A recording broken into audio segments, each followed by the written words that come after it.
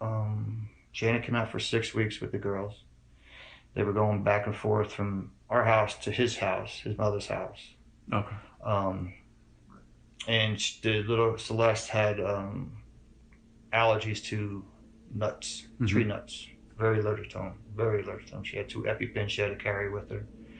So she told us all, get rid of anything that's got nuts or any, just get it up high enough. Don't gotta throw it away. Just get it out. No problem. My wife cleaned the whole house out. I mean, I had to go looking for stuff. You know, she took underneath every cabinet. So she told Chris's parents the same thing.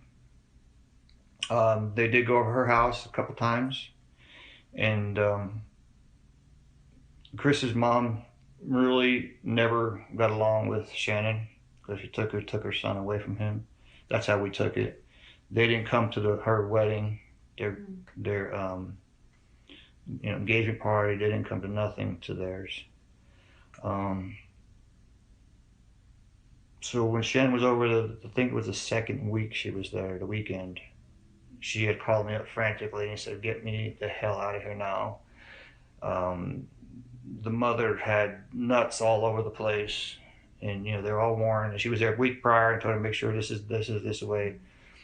So the mother, at that time, Shannon was feeding the girls some hot dogs for lunch and all this, and she had her other 2 nieces and nephews over, and they came out with ice cream with all these nuts in it.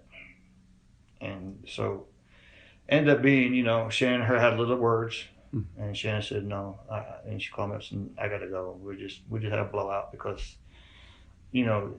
she's got nuts on the table, nuts on the in the cabinet right there, open for this little girl." And she said, "No, I'm done."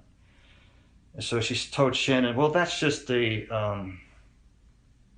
training lesson or something like that to her." I'm like, it's a 3-year-old girl you're talking to. It's not something you're trying to, discipline. Birthday present, hey, your sister's getting a birthday present today. You're not getting one because it's not your birthday. That's some kind of, saying this is what you do, Right. So Shannon called Chris and told Chris about it. So Chris said he called his parents that night, and his mother told him the same thing. That's what we heard. I didn't hear it, but that's what Shannon had said. So, of course, Shannon never went back to the house with the children.